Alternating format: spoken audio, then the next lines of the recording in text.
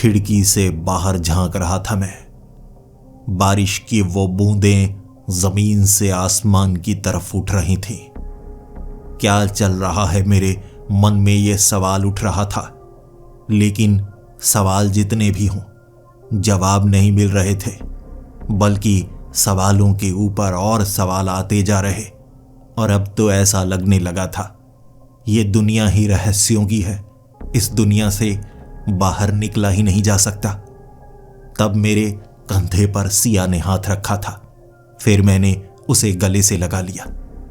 मैं प्यार से उसे कहना चाहता था कि हम घर जरूर जाएंगे, लेकिन तब मेरी नजर उस आदमी पर पड़ी और उसने अपने होंठों पर उंगली रखी थी और मुझे कहा था, आवाज मत करना।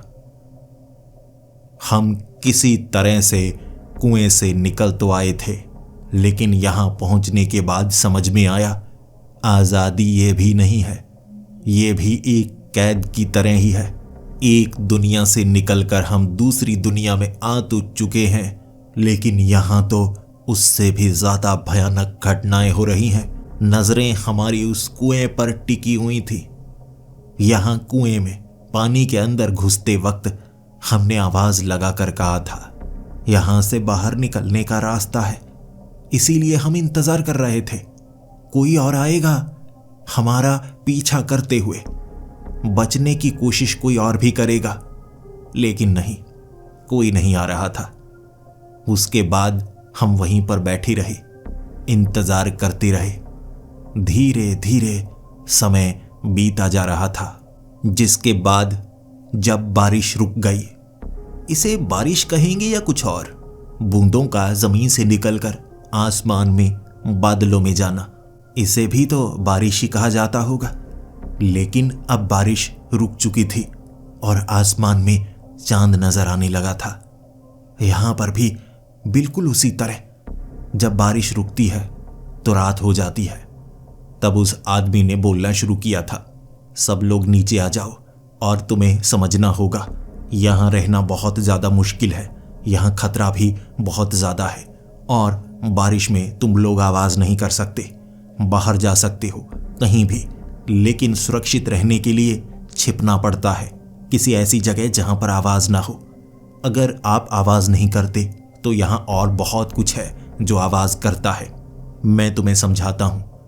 वो आदमी हमें नीचे लेकर गया और उसी कब्र के पास, जहां सर तो कब्र से बाहर निकला हुआ था, लेकिन धड़ अब भी जैसे जमीन में दफनाया गया हो, और वो कुर्सियां उसके पास ही लगी हुई। ये घर बड़ा अजीब था, हर चीज जैसे बहुत ही पुरानी, मिट्टी से सनी हुई। उन कुर्सियों पर जब हम बैठ चुके थे, तब वो आदमी कहने लगा, 20 साल पहले मैंने भी उस गांव से इस जगह आने की कोशिश की, जब सभी शैतान बाहर थे। बचने का एक ही रास्ता था, कुएं में छलांग लगाना। मैंने मरने के लिए कुएं में छलांग लगाई थी, लेकिन कुएं से निकलकर मैं यहां आ गया और तब मुझे यहां भी वो शैतान नजर आए। मैं हिला नहीं, मैं डर चुका था। मैंने अपनी बाजुएं फैला दी थी कि मार डालो मुझे, लेकिन उन्होंने मुझे नुकसान नहीं पहुंचाया। तब तक नहीं पहुंचाया जब तक मैंने आवाज नहीं की। मैं समझ चुका था यहां उनकी आंखें नहीं हैं, लेकिन वो हमारी दुनिया में कुएं के पार पहुंचकर अपनी आंखें खोल सकते हैं। यहां उनकी आंखें नहीं खुलती, यहां वो सिर्फ सुन सकते हैं। तो किसी तरह उनसे दूरी बनाकर मैं ढूंढने लगा कोई सुरक्षित जगह, और मुझे ये वाला घर सबसे ज्यादा सुरक्षित लगा। ऐसे आसपास तुम्हें और भी कई घर मिल जाएंगे। ये दुनिया कह सकते हो उस दुनिया से बिल्कुल उल्टी तरफ है, और यहां भी तुम्हें पहले से बने बनाए कुछ घर मिलेंगे, जिन्हें देखकर तुम कह सकते हो इन घरों को किसी ने बनाया नहीं है, अपने आप जैसे किसी और घर की नकल की गई है। दीवारों को देखो, ये दीवारें ईंटों से नहीं बनी हैं, लकड़ी से बनी हैं, और ऐसा नहीं कि लकड़ी के फट्टे जोड़े गए हैं, बल्कि जमीन से जड़ें और तने, ये पेड़ों के जो निकले हैं, उनसे घरों का निर्माण हुआ है। जैसे पेड़ों ने नकल की है हमारी दुनिया की, बिल्कुल असली की तरह, लेकिन यहां बिना पत्तियों के पेड़ मिलेंगे। और अब रात हो चुकी है, बाहर ज्यादा खतरा नहीं है। मैंने उससे पूछा, यहां मुर्दे नहीं होते? उसने कहा, होते हैं। कुछ ऐसे मुर्दे जो कुएं के जरिए इस दुनिया में आ जाते हैं। अब तुम्हें यह भी समझना होगा वो मुर्दे क्या थे जो तुमसे मिल रहे थे, जो सबको मौत के घाट रात के वक्त उतार देते हैं। जो लोग यहां पहुंचे, जिनमें हजारों की संख्या में लोग थे, वो यहां कैद हुए और उनकी आत्मा जब वो मरते हैं जमीन से निकलकर उस दुनिया में चली जाती है और फिर वहां वो मुर्दों की तरह घूमते हैं। ये जो लाश तुम देख रहे हो ना, जो जमीन में दफनाई गई है, अगर मैंने निकालने की कोशिश करूंगा तो ये मुर्दा बनकर मुझे मौत के घाट उतार देगी। उसके बाद ये लाश भटकने लगेगी बिल्कुल उस दुनिया की तरह। तो सर बाहर शरीर अंदर, इस तरह से इन्हें हमेशा के लिए कैद किया जाता है। लेकिन यहां कैद करने का मतलब है उस दुनिया में इनका निकलना। ऐसी कई लाशें हैं यहां पर। यही मुर्दे हैं जो तुम्हारी उस दुनिया में निकल रहे थे, जिन्हें तुम बार बार मारने की कोशिश भी करो, लेकिन दिन होने के बाद जब दोबारा रात होगी, वो आत्मा अपने आप फिर से एक शरीर लेकर वहां भटकना शुरू हो जाएगी। फिर वो आदमी हमें घर से बाहर लेकर गया। उस दुनिया से ये दुनिया ज्यादा सुरक्षित थी, क्योंकि रात के वक्त यहां लाशें नहीं घूमती थी, मुर्दे नहीं घूमते थे। लेकिन खाना जुटाना एक बहुत मुश्किल वाला काम था। खाना कई पौधों की जड़ों से जुटाना पड़ता। यहां पर कोई भी पेड़ फल नहीं लगाता था, लेकिन बहुत सारे पेड़ ऐसे थे जिनकी जड़ों को खाया जा सकता था। और अलग अलग पेड़ों की जो जड़ें हैं उनमें अलग अलग स्वाद आता है, फलों का, सब्जियों का, और सभी की सभी जड़ें खाने में सबसे ज्यादा सुरक्षित है। जहां से पौधे को उखाड़ो, पौधे को वहीं लगा दो, दोबारा उनकी जड़ें एक ही दिन में निकल आती हैं, दोबारा से खाने लायक। उस आदमी ने हमें अपने घर से दूर ले जाकर पौधों की जड़ें निकाल कर दिखाई, क्योंकि हम भूखे थे। हम वहीं बैठकर उन जड़ों को खाने लगे। अब तो हमें आदत हो गई है पेड़ों से फलों को खाना, ऐसे सब्जियों को खाना, लेकिन यहां अलग नियमों का पालन करना पड़ेगा। मैंने उस आदमी को कहा, मैं कुएं में जाकर बाकी लोगों को लेकर आता हूं। उसने कहा, नहीं कर सकते। वो दरवाजा सिर्फ बारिश में खुलता है, और जब बारिश में खुलता है तो हर एक दरवाजे के जरिए 5 शैतान उस दुनिया में जाते हैं। जैसे ही तुम उस तरफ पानी से निकलोगे, वो शैतान तुम्हें मौत के घाट उतार देंगे। बचने की कोई भी कोशिश कर लो, तुम उन लोगों तक ये संदेश नहीं भिजवा सकते। हमने कई बार कोशिश की है, कई लोग मारे जा चुके हैं। आओ तुम्हें कुछ लोगों से भी मिलवाता हूं। हम रात के वक्त घूम रहे और उस आदमी ने हमें एक और घर दिखाया जहां 3 लोग रहते थे, एक पिता और उनकी 2 बेटियां। ऐसे यहां पर और भी कई घर थे। ये लोग भी कुएं का राज जान चुके थे और इस तरफ या तो गलती से आए या जानबूझकर आए, और यहां से वापस जाने का कोई और रास्ता नहीं है। और उन्होंने ये भी ढूंढा कि यहां से आगे जाने का भी कोई रास्ता नहीं है। बस ये एक ऐसी कैद है जहां से न आगे जाया जा सकता है, न पीछे जाया जा सकता है। यहीं पर रहना पड़ता है। कुछ लोग 10 साल पहले, 6 महीने पहले, कुछ दिन पहले कई बार यहां पर मिले। कुछ को बचाया गया, रहने के तरीके सिखाए गए, जबकि कुछ मौत के घाट उतर चुके थे। जो आवाज करता है वो शैतान बारिश में उन्हें छोड़ते नहीं। हमने रात भर वो इलाका खंगाला था।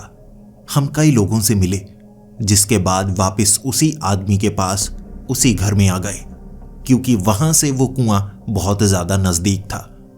दूसरी तरफ से यहां अब कोई नहीं आया था। गांव वालों में शायद हिम्मत ही नहीं बची थी। लेकिन अब दिन होने वाला था, और यहां पर भी जब दिन होता है बादल घिर आते हैं। सूरज की रोशनी किसी को नजर नहीं आती, लेकिन कुएं के अंदर से ये उल्टी दुनिया, नियम भी कुछ अलग हो सकते हैं। फिर जैसे ही बूंदाबांदी शुरू हो गई, उस आदमी ने कहा था, दरवाजा बंद कर लो, खिड़कियां बंद कर लो, चुपचाप सो जाओ। दिन के वक्त यहां सब सोते हैं, क्योंकि तब आवाज नहीं होती और खिड़कियां दरवाजे इसलिए बंद किए जाते हैं ताकि खर्राटों की आवाज भी बाहर ना पहुंच पाए। अगर आवाज करोगे तो मरोगे। मैंने अपनी आंखों से लोगों को मरते हुए देखा है। ये तड़पाते हैं, सीधे नहीं मारते। धीरे धीरे जब खून बहता है शरीर के अंग को काटते हैं, शरीर को अंदर से निचोड़ता हुआ देखते हैं।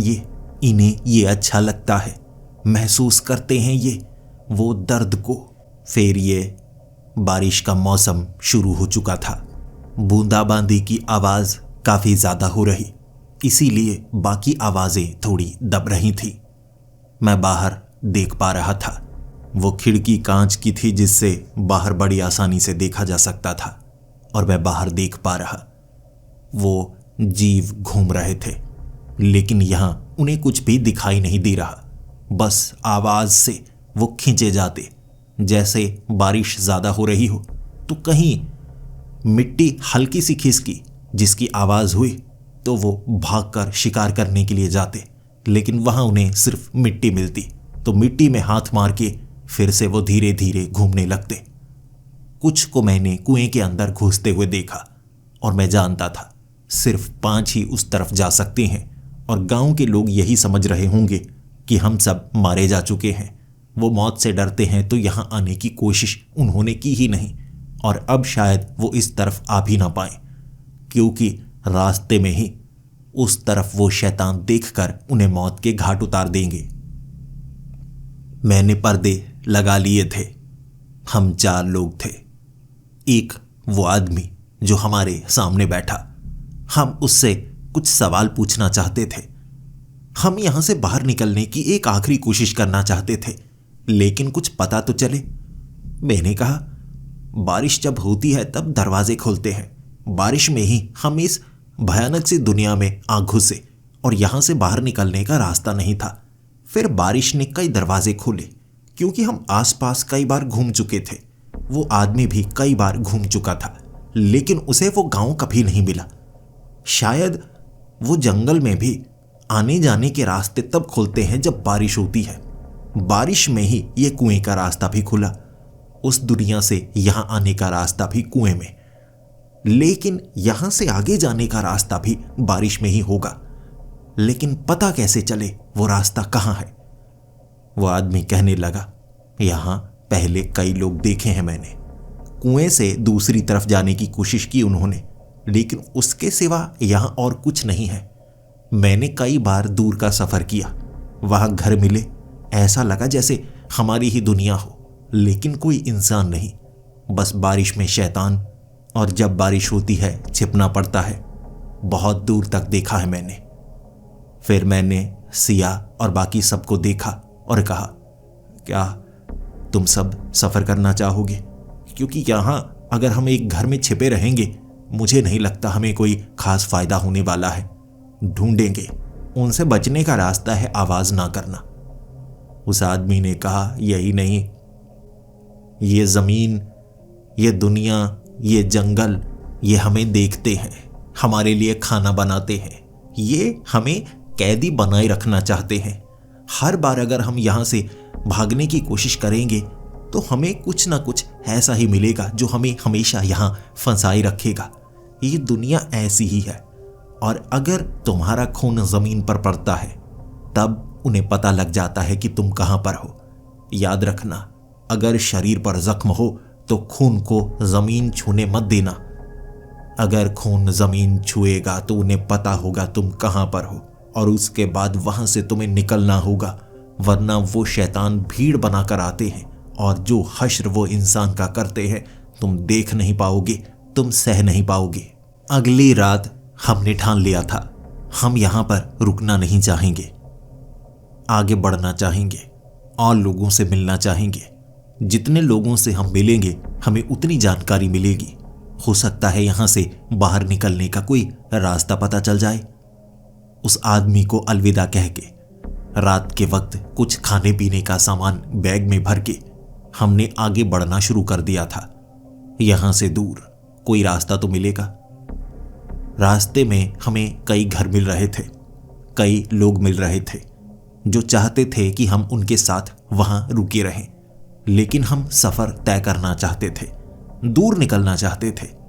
कहीं तो अंत होगा इस दुनिया का। जब चलते चलते कहीं दूर निकल जाएंगे, कोई तो रास्ता होगा यहां से बाहर निकलने का। और चलते चलते हम इतनी दूर निकल आए थे, लगभग 12 घंटे चले थे हम। हमें नहीं पता था बारिश जल्दी शुरू हो जाएगी।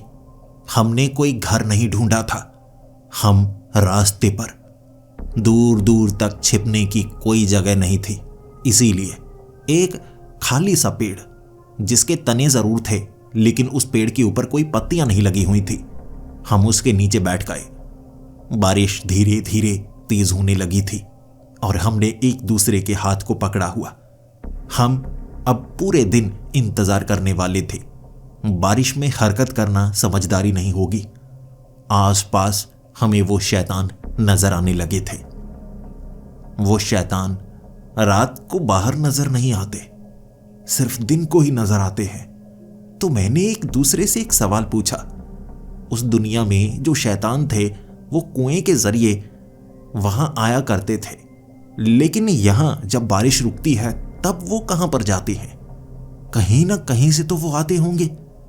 अगर हम उन शैतानों का पीछा करें, शायद हम ढूंढ सकते हैं इनकी शुरुआत कहां से हुई। हम यहां से बाहर निकलने का रास्ता ढूंढे जा रहे हैं, लेकिन अगर हम ये ही पता कर लें कि ये दुनिया कैसे बनी या ये चीज क्या है, शायद यहां से हम अपने आप बाहर निकल पाए। लेकिन हमें पूरा का पूरा दिन यही बैठे बैठे बिताना था। वो शैतान बेहद करीब। कभी कभी हमें अपनी सांस तक रोकनी पड़ती। जब वो इतने ज्यादा करीब होते, हमें लगता कहीं गलती से भी हमारी सांस की आवाज उन्होंने सुनी तो हमारी धज्जियां उड़ा देंगे, तो हमें अपनी सांसें रोककर वहीं बैठे रहना पड़ता। लेकिन एक गलती जो अश्मित से हो गई। जब नैना रोने लगी थी तो अश्मित ने हल्की सी आवाज में कह दिया, शांत हो जाओ, शांत, रोने की जरूरत नहीं है। तब उसे अंदाजा तक नहीं था कि मैं उसके पीछे क्यों घूर रहा हूं। मैं आंखों से ही इशारे कर सकता था। उसके पीछे वो शैतानी ताकत थी, वो जीव जो अभी करीब ही था। उसे ये आवाज सुनाई दी और वो हमारी तरफ आने लगा। मैंने तब चारों को इशारा किया, जल्दी से खिसक कर आगे हो जाओ। हम उस पेड़ से थोड़ा दूर हुए और उसने जो पेड़ की धज्जियां उड़ाई, पेड़ को वो बिल्कुल मक्खन की तरह काट रहा था। उनके नाखून हैं जो शरीर के अंदर से निकलते हैं, नाखून इतने तेज धार जिससे वो पेड़ को काट सके। लेकिन पेड़ को जब उसने काटा, उसके बाद उसे पता नहीं क्या हुआ। उसे इतना तो पता लग गया कि यह सिर्फ पेड़ था, आवाज किसी और ने की होगी। लेकिन वो अपने घुटनों पर आ गया था और उसके बाद उसका शिकार बाकी जीवों ने किया। जो बाकी वैसे शैतान थे वो उसे काट रहे थे। हमारी समझ में नहीं आया बाकियों ने उसके साथ ऐसा क्यों किया। क्या वो हिंसक हो गया था? लेकिन वो बाकियों को तो मारते हैं, आखिर उसे बाकियों ने क्यों मारा? फिर से एक नया सवाल उठकर खड़ा हो गया था जिसका जवाब हमारे पास नहीं था। लेकिन सिया ने कहा, उसने पेड़ को काटा ना, उसने पेड़ को काटा। पेड़ कटा तो बाकी उसे मारने के लिए आ गए। पेड़ से कुछ ना कुछ तो ऐसा जुड़ा है, शायद वो पेड़ों को नहीं काट सकते। मैंने सिया की तरफ देखा और सोचा, हां, हमने कभी उन जीवों को पेड़ों पर वार करते हुए नहीं देखा। अब तो हमसे गलती हो गई थी तो उसने पेड़ पर वार किया। हो सकता है ये पेड़ से कोई रिश्ता हो इनका। हमें इसकी जानकारी जुटानी चाहिए। हम वहीं इंतजार करते रहे और जब थोड़ी थोड़ी बूंदाबांदी होने लगी, बारिश रुकने वाली थी और रात होने वाली थी, वो जो शैतान थे ना, वो वहां से भागने लगे। हम देखना चाहते थे वो किस तरफ भाग रहे हैं। जमीन में कई दरारें थी और उन दरारों से भी शैतान निकले थे। यानी सिर्फ कुओं से ही नहीं, वो हमारी उस दुनिया में जाते हैं। जो जमीन में दरारें बनी हैं या गुफाएं हैं, कहीं से भी नीचे जाने का रास्ता, वहीं से वो उस तरफ निकलते हैं। और हर एक जगह से सिर्फ 5 ही निकल सकते हैं। लेकिन अब वो भागकर किस तरफ जा रहे हैं, हम ये देखना चाहते थे। उनकी रफ्तार काफी ज्यादा तेज थी। वो भाग रहे, लेकिन कुछ दाईं तरफ भाग रहे तो कुछ बाईं तरफ भाग रहे। हमारी समझ में कुछ नहीं आ रहा था, आखिर वो भागकर जा कहां पर रहे हैं। हमने एक का पीछा करना चाहा, लेकिन आवाज हुई, वो हमारी तरफ आया, लेकिन बूंदाबांदी रुकने वाली थी और हमने उसे घबराया हुआ देखा।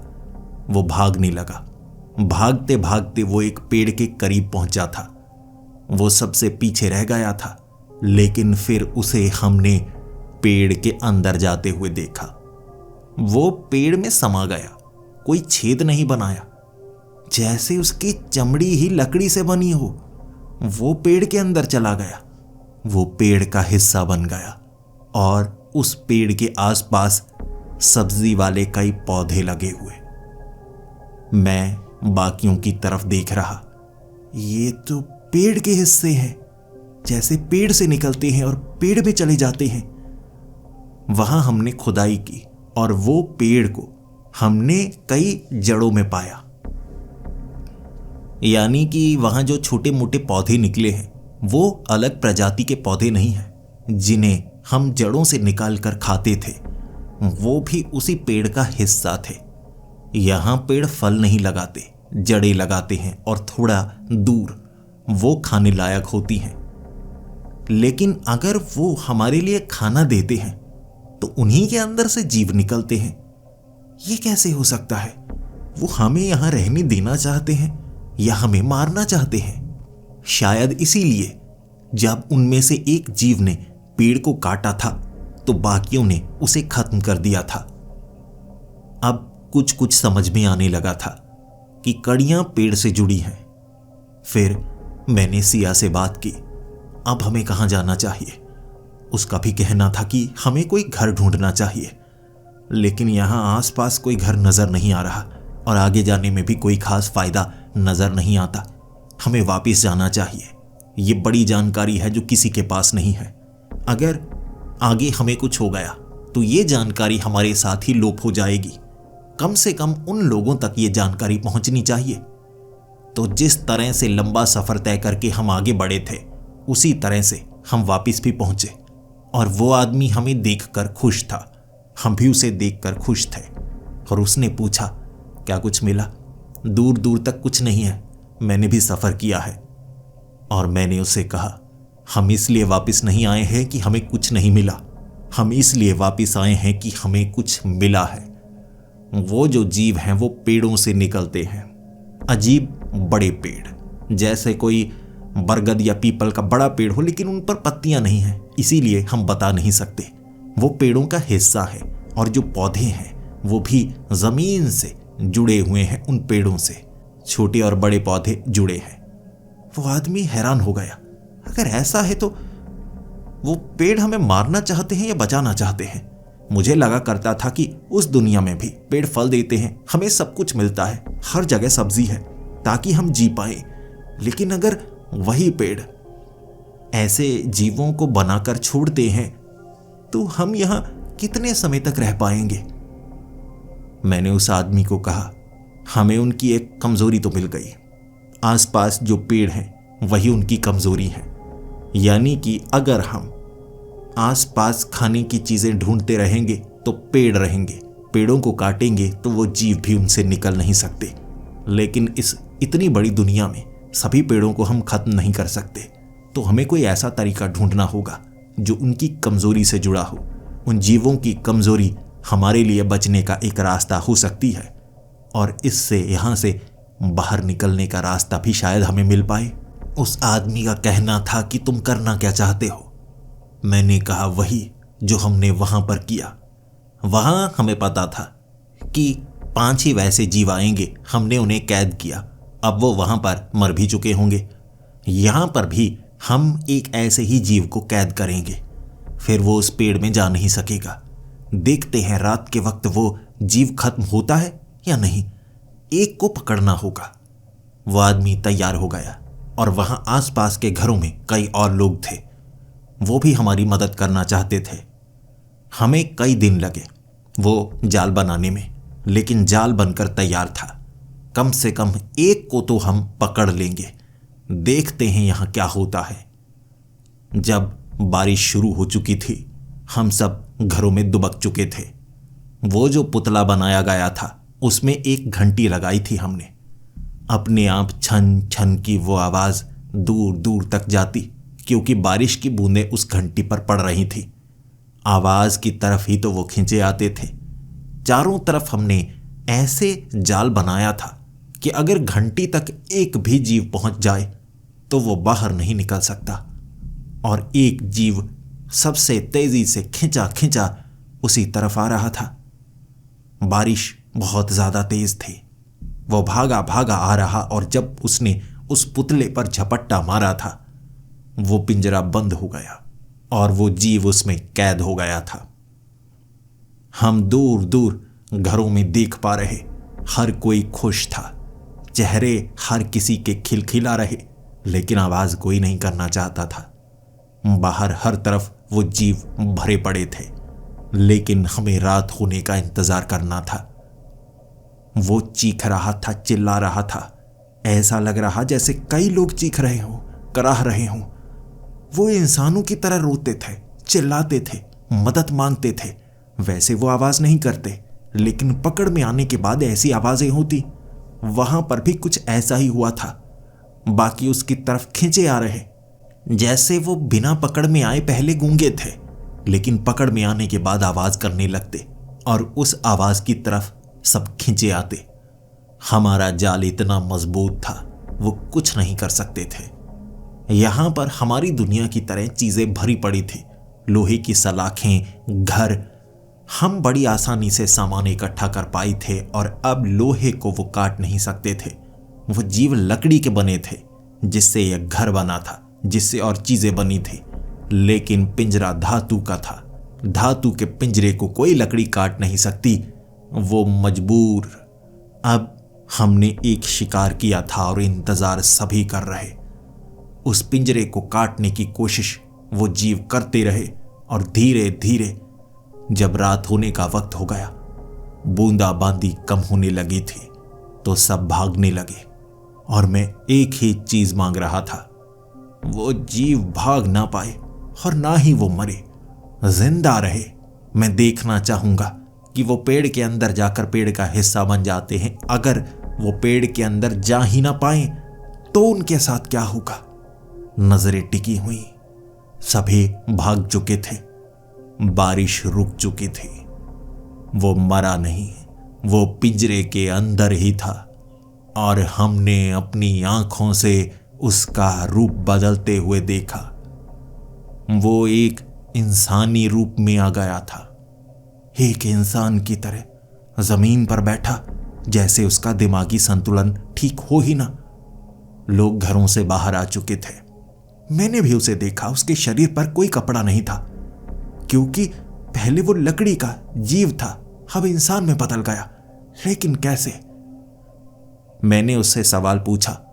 वो आवाज की तरफ आकर्षित होता था। उसका दिमाग ऐसा ही था कि आवाज जिस तरफ से आती वो उस तरफ भागने की कोशिश करता, लेकिन अब वो ताकतवर नहीं, अब वो इंसानी रूप में था। जवाब दे नहीं पा रहा था वो।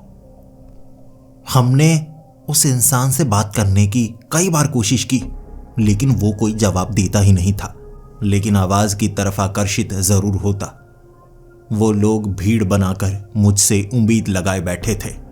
इससे पहले ऐसी कोशिश किसी ने नहीं की थी, लेकिन इसका नतीजा क्या हुआ, क्या हमें कोई फायदा हुआ या नहीं, सब ये जानना चाहते थे, और मुझे खुद नहीं पता था। तब उस आदमी ने पूछा था, जब दोबारा बारिश होगी क्या ये दोबारा शैतान बन जाएगा? मैंने कहा मुझे नहीं पता। उन्होंने कहा, क्या अगर ये पकड़ा गया है, बाकी शैतानों को इसका एहसास हो गया, तो क्या हमें वो नुकसान पहुंचाएंगे? यानी यहां उन्हें सिर्फ आवाज सुनाई देती है, लेकिन अब ये इंसान बन गया है, इसे दिखाई भी दे रहा है। ऐसा ना हो ये दोबारा शैतान बने और इस बार देख पाए, उस दुनिया की तरह ये शिकार करने लगे। मुझसे कई सवाल पूछे जा रहे थे, तो मैंने उन्हें एक जवाब दिया।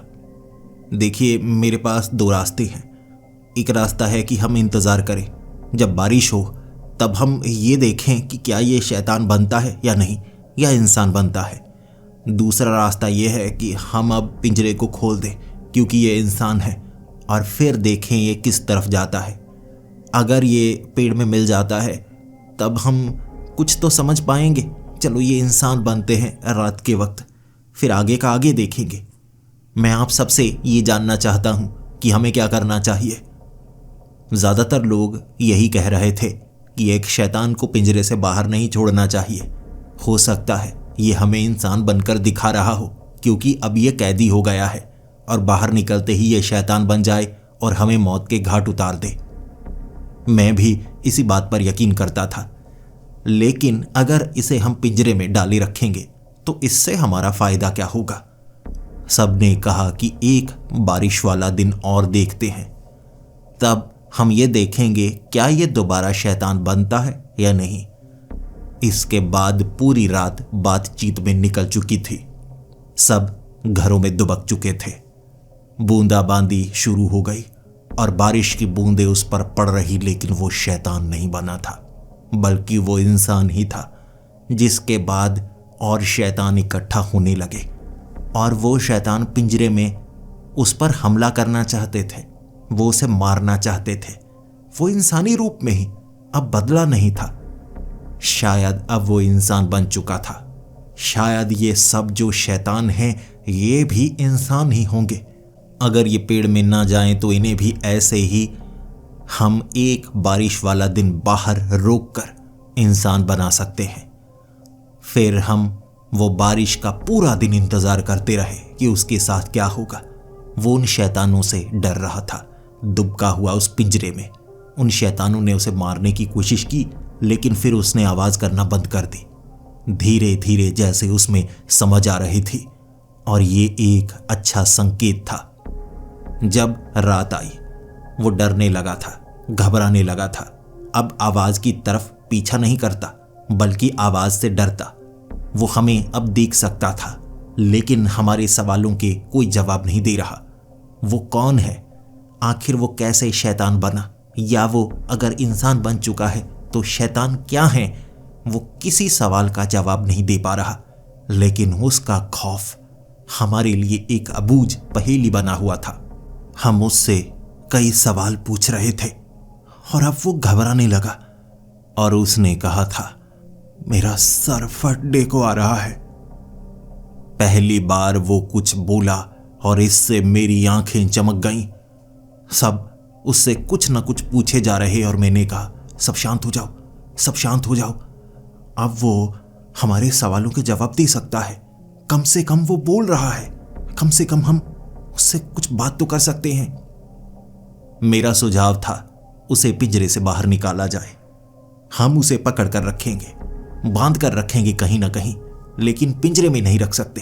पिंजरा बाहर है। हमें कोई ऐसी जगह चाहिए जो अंडरग्राउंड हो, जहां उसे छिपाया जा सके। और फिर उस आदमी ने कहा था, यहां सिर्फ कब्रें ही नहीं है, यहां हमने बहुत कुछ और बनाया है। और फिर उस घर में एक अंडरग्राउंड बेसमेंट बनाई उसने दिखाई। वहां हम उस आदमी को ले जा चुके थे। वो शैतानी जीव से बना हुआ इंसान। उसे दीवार के साथ सटाकर बांध दिया गया, और वो जरा भी झिझक नहीं दिखा रहा था, बल्कि वो चुपचाप हमारी बात मान रहा। शब्द समझने में उसे परेशानी हो रही, लेकिन वो हल्के फुल्के जवाब देने लगा था।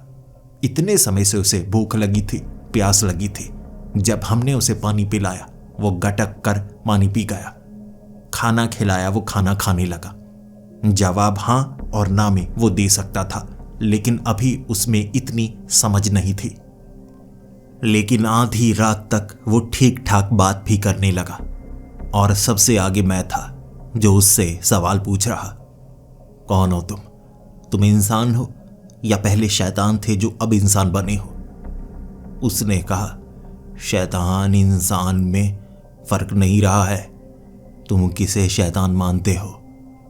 मैंने कहा, तुम जैसे जो इंसानों का शिकार करते हैं। उसने कहा, वो तो सभी इंसान करेंगे। अगर उनके पास कुछ ना हो तो हर एक इंसान शैतान बन जाता है।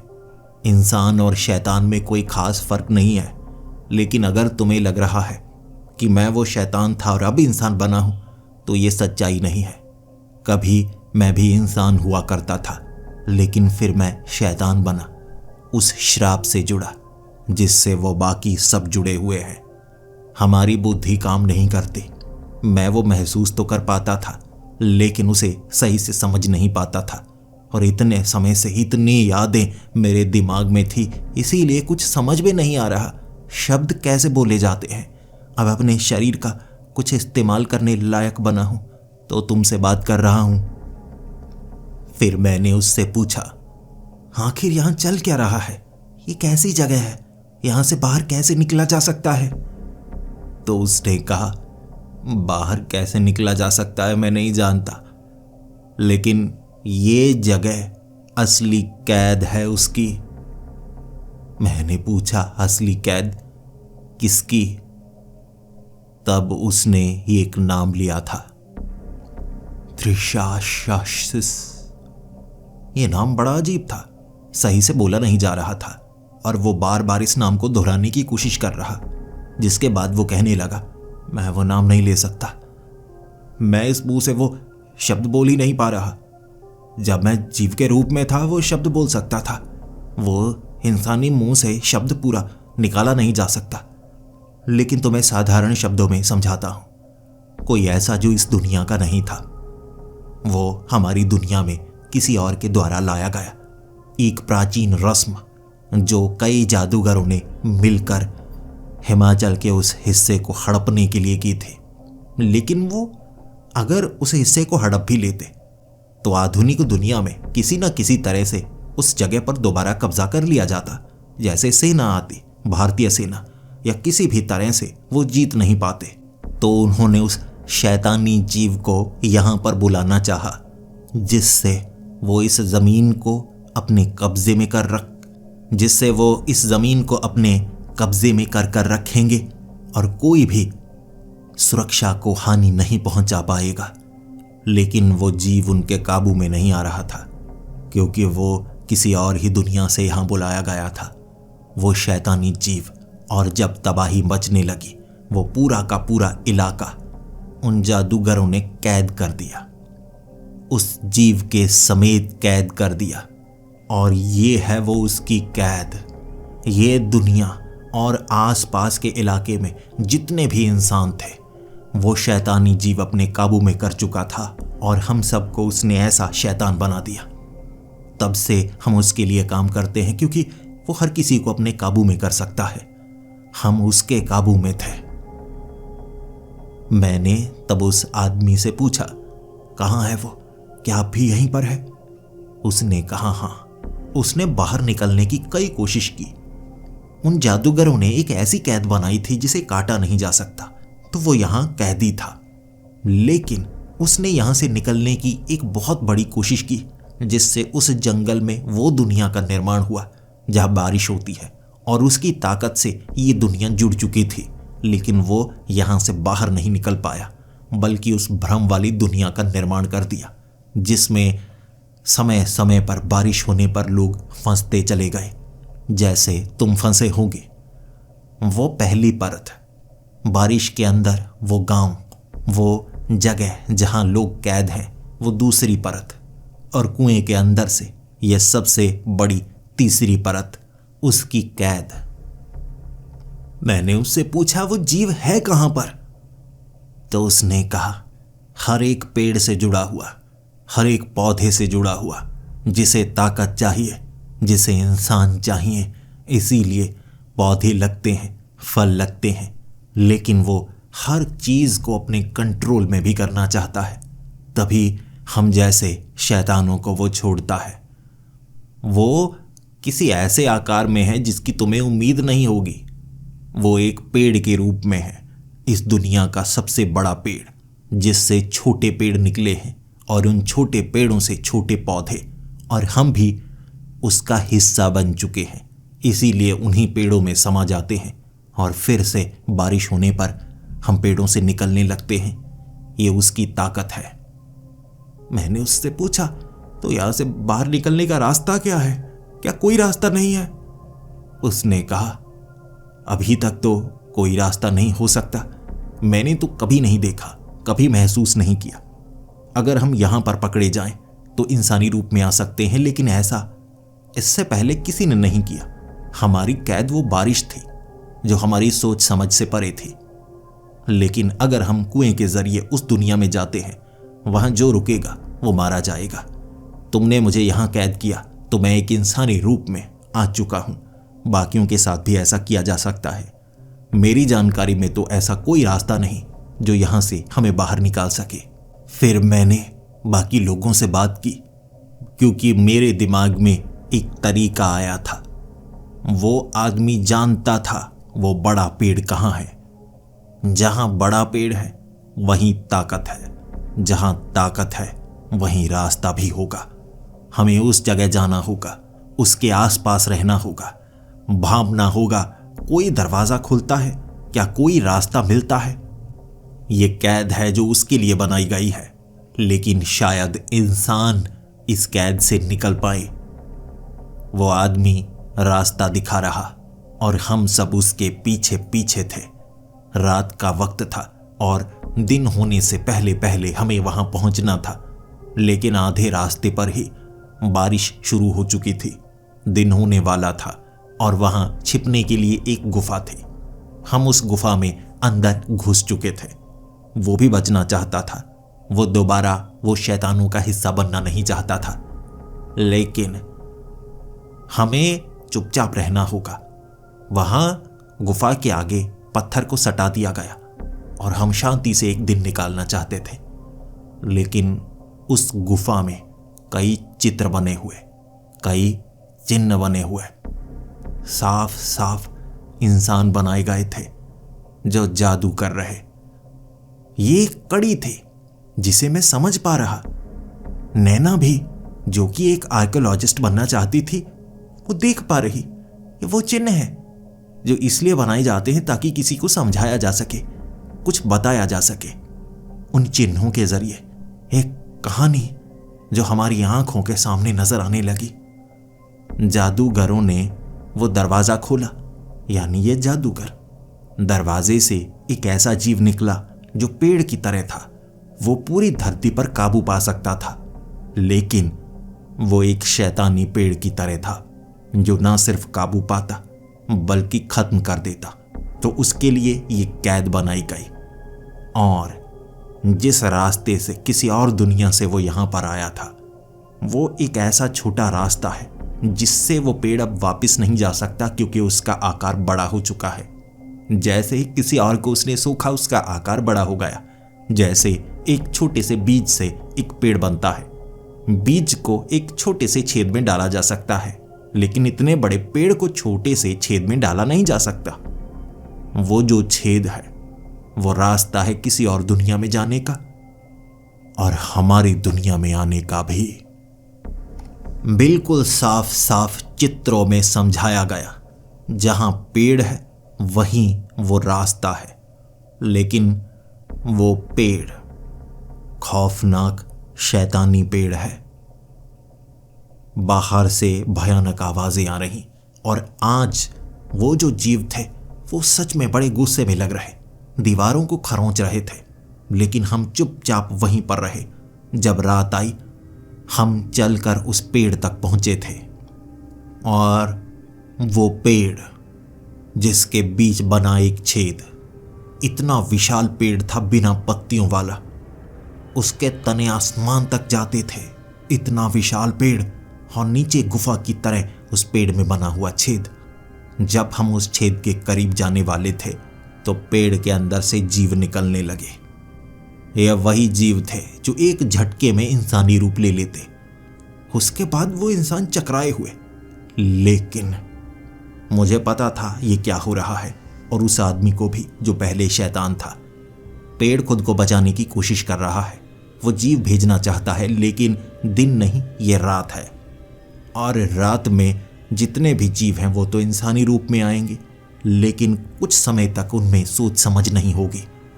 वो इंसान जो हमें काटने की कोशिश कर रहे, पकड़ने की कोशिश कर रहे, उनकी संख्या काफी ज्यादा हो रही। पेड़ से वो निकल रहे। पेड़ खुद को बचाने के लिए ऐसे कई इंसानों को बाहर भेज रहा। हमारे पास समय कम था। मैं जल्दी से उस छेद में घुसा और उसके अंदर मुझे एक रास्ता नजर आया जो जमीन पर था, और एक छोटा सा सफेद रंग का तना जैसे कोई चमकदार तार हो, वो आसमान की तरफ। उस गुफा की छत पर एक और रास्ता बना हुआ, जैसे कोई वर्म होल हो, यानी उस दुनिया को हमारी दुनिया से जोड़ा गया। लेकिन ये कैद एक अलग जगह बनाई गई। रास्ता साफ था। मुझे हिमाचल के जंगल नजर आ रहे, धूप नजर आ रही, बारिश नहीं थी वहां पर, और मैं अपने साथियों को अपने साथ ले जाना चाहता था। लेकिन ये जो रास्ता था, इसके पास मुझे हड्डियां नजर आईं। यहां 7 खोपड़ियां पड़ी थी उस रास्ते के इर्द गिर्द। 7 खोपड़ियां यानी 7 जादूगर। उन जादूगरों ने अपनी जिंदगी को त्यागा था ये रास्ते को बंद करने के लिए। जादूगरों की मौत इस दुनिया का निर्माण था। उनकी हड्डियां पड़ी हैं, यानी ये रस्म अब भी अधूरी है, और इस रस्म को पूरा करने का तरीका वो उस गुफा में था। आग इन हड्डियों को लगानी होगी, लेकिन कैसे? हमारे पास कोई भी ज्वलनशील चीज नहीं थी। किसी तरह से हमने बाहर उन लोगों से छुटकारा पाया। मैं, सिया, अश्मित और नैना, हम उस गुफा के अंदर थे।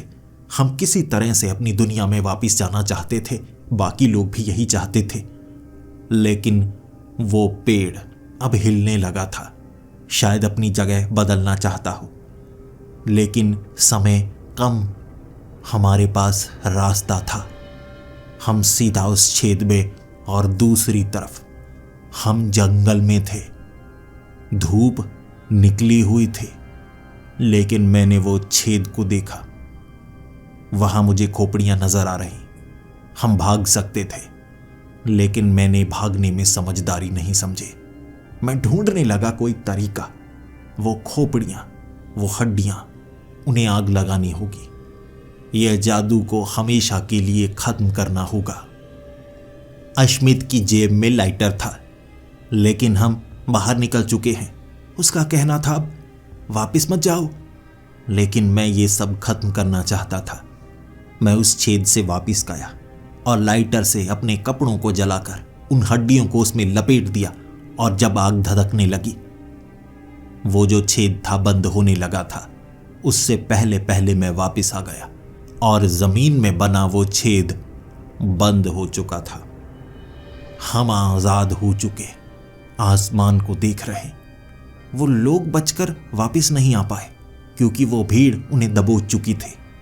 मैं उन्हें बचाना चाहता था, लेकिन ये सब खत्म भी करना चाहता था, और कोई रास्ता नहीं था। अगर दोबारा यहां बारिश होने लगे तो हम फिर से जंगल में पहुंच जाते, और फिर शायद उस जगह दोबारा ना पहुंच पाते। इसीलिए मैंने ऐसा किया था। हम बिना गाड़ी के थे, लेकिन आजाद थे। जिसके बाद हम वापस पहुंचे। हमें खोजने की कोशिश पुलिस ने बहुत लंबे समय से की थी। वो मान चुके थे कि हम मर चुके हैं। हमसे सवाल पूछे जा रहे थे, और हमारे जवाब किसी के भी दिमाग में पड़ ही नहीं रहे। हम गुमशुदा नहीं हुए थे, हम अगवा नहीं हुए थे। हम उस दुनिया में चले गए थे। और कुछ दिनों बाद हमें ये खबर भी सुनने को मिली, एक अचानक ही गांव निकल आया है पहाड़ों के बीच, जो पहले मौजूद नहीं था। इतिहास में उसका नाम सुनाया जाता था, लेकिन अब फिर से आ चुका है।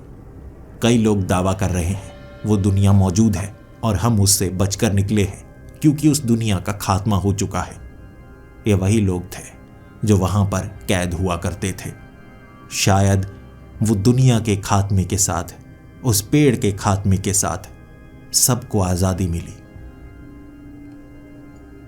लेकिन एक चीज है जो अच्छी नहीं हुई। मैंने किसी को नहीं बताया। जब मैं उस छेद से वापस गया था, अपने कपड़े उतारकर उन हड्डियों को उसमें लपेटा था, आग लगाई थी, लेकिन वापस आते वक्त उस पेड़ के अंदर झाड़ियां निकली हुई थी। अजीब सी कंटीली झाड़ियां। जब मैं उन झाड़ियों के बीच से दोबारा छेद में निकला था, मेरे कपड़ों में कुछ लग गया था। बाद में मैंने देखा था वो छोटे छोटे बीज थे, उसी पेड़ के बीज जिसे मैंने संभाल कर रखा है। देखता हूं मैं कभी कभी उन बीजों को, फिर देखता हूं आसमान को। जब बारिश होती है सहम जाता हूं, याद करता हूं उन दिनों को। क्या मुझे उन बीजों को खत्म कर देना चाहिए, या हो सकता है उससे कुछ अच्छा किया जा सकता है? आपके जवाबों का इंतजार रहेगा मुझे। तो दोस्तों, आपको ये सीरीज कैसी लगी प्लीज कमेंट्स में जरूर बताएं। मैं सीरीज कम इसीलिए लेकर आता हूं क्योंकि आप मुझे सुझाव कम देते हैं। अगर ये सीरीज अच्छी लगी तो बताएं क्या अच्छा लगा, और आगे आप कैसी सीरीज देखना चाहेंगे वो भी बताएं। मैं भविष्य में आपके लिए और भी बेहतरीन कहानियां और ऐसी लंबी सीरीज जरूर लेकर आऊंगा। तो मिलते हैं अगली वीडियो में, तब तक के लिए डरते रहें।